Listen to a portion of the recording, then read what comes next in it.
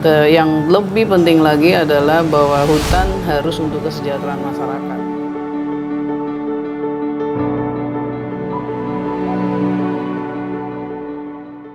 Profesor Dr. Insinyur Siti Nurbaya Bakar MSc, lahir pada 28 Agustus 1956 di Jakarta. Beliau merupakan anak kelima dari 8 bersaudara, dari pasangan Muhammad Bakar dan Sri Banom. Pada masa kecilnya, hingga sekolah menengah atas, dihabiskan di Jakarta, lalu melanjutkan kuliahnya di Institut Pertanian Bogor. Setelah menjelang pemilu 2014, beliau terpilih menjadi Menteri Lingkungan Hidup dan Kehutanan di masa pemerintahan Insinyur Joko Widodo. Ibu Siti Nurbaya Bakar mempunyai segudang prestasi.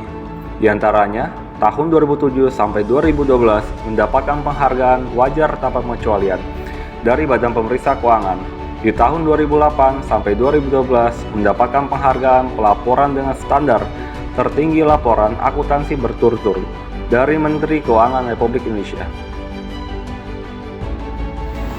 Beliau merupakan salah satu tokoh panutan berakhlak.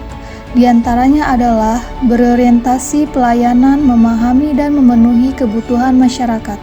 Ibu Siti Nurbaya selaku Menteri Kementerian Lingkungan Hidup dan Kehutanan telah banyak berkontribusi dalam usaha pelestarian sumber daya alam.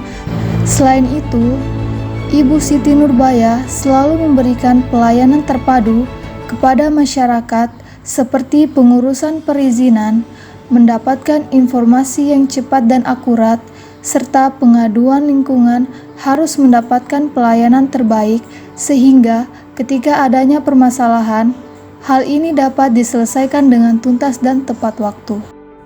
Core values akuntabel merupakan kewajiban untuk bertanggung jawab kepada seseorang atau organisasi.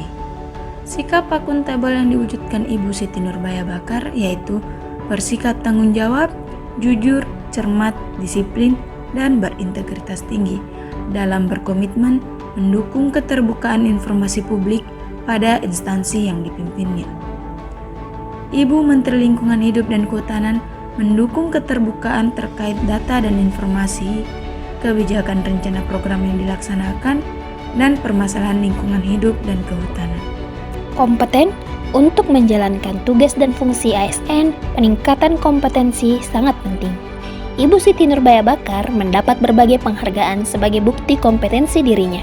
Di antaranya, penghargaan WTP Laporan Keuangan RI dari BPKRI, PNS Teladan Nasional dari Presiden, prestasi kerja luar biasa dari Menteri Dalam Negeri, penghargaan Satya Lencana Wirakarya dari Presiden, dan banyak penghargaan lainnya. Core value harmonis merupakan nilai yang mengutamakan persatuan sebagai indikator utama yang diwujudkan melalui sikap saling peduli, menghormati, dan saling menghargai perbedaan.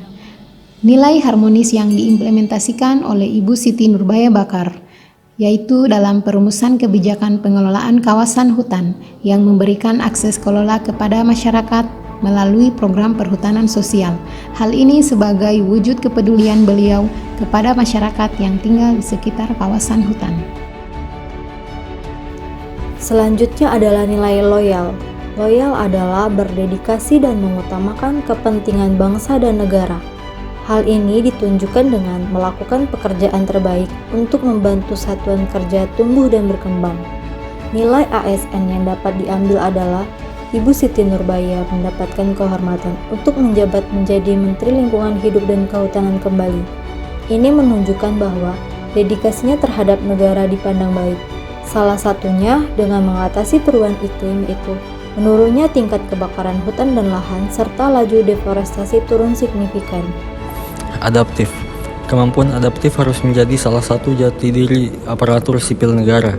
Adaptif bermakna erat dengan semangat dan kemampuan berinovasi, kreatif, serta proaktif menghadapi perubahan. Ibu Siti Nurbaya berinovasi mengenai masalah lingkungan hidup dengan berkomitmen untuk menurunkan emisi gas rumah kaca melalui kegiatan Follow Net Sink 2030. Kolaboratif merupakan nilai dasar yang harus dimiliki oleh seorang ASN untuk mampu berkolaborasi dengan berbagai unsur, baik dalam organisasi maupun di luar organisasi, dalam pelaksanaan tugas dan fungsi jabatannya. Salah satu contoh implementasi core value kolaboratif yang dilaksanakan oleh Ibu Siti Nurbaya, yaitu pada saat beliau menghadiri rangkaian pertemuan internasional Stockholm. Dalam agenda tersebut, Menteri Siti menyampaikan beberapa poin penting. Semua pemangku kepentingan harus meningkatkan aksinya untuk mengatasi krisis global. Kedua, peran pemuda sebagai kolaborator utama Indonesia adalah yang terpenting. Dan yang ketiga adalah melalui pemulihan yang berkelanjutan dan inklusif harus menjadi fokus bersama. Keterbukaan dalam bekerja sama dan mencari solusi bersama akan dapat menghasilkan nilai tambah dan mempercepat mencapai tujuan bersama.